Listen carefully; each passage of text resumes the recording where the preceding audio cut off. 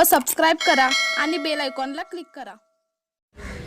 गेल्या 1 वर्षापासून म्हणजेच 6 ऑगस्ट 2023 पासून मातंग समाज रुई यांनी रुईच्या बौद्ध समाजावर जो प्राणघातक हल्ल्याचा प्रयत्न करून वर्षभर वारंवार धमक्या देऊन त्यांच्यावर कोणतीही कठोर कारवाई झालेली नाही। त्यामुळं ते त्यांच्यामध्ये धाडस निर्माण झालेलं होतं आणि त्या धाडसाचं रूपांतर काल 17 ऑगस्ट रोजी जो काय वाद आहे दोन समाजाचा तो कुठंतरी थांबला पाहिजे या हेतूने मातंग समाजाने रुई बौद्ध समाजातील काही 4-5 प्रतिष्ठित नागरिक यांना बोलवून घेऊन वाद मिटवावा या हेतूने बोलवण्यात आलं।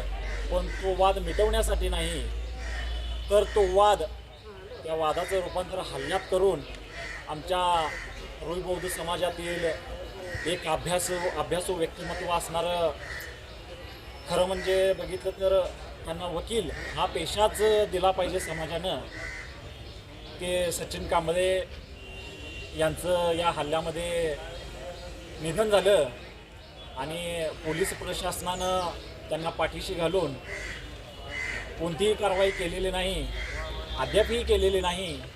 आणि जे काय जोपर्यंत त्यांना अटक होत नाही अजून एक अर्धा 1 तासाचा वेळ पोलीस प्रशासनाला बौद्ध समाज रुई यांच्या वतीनं देण्यात आलेला आहे। या वेळेमध्ये जर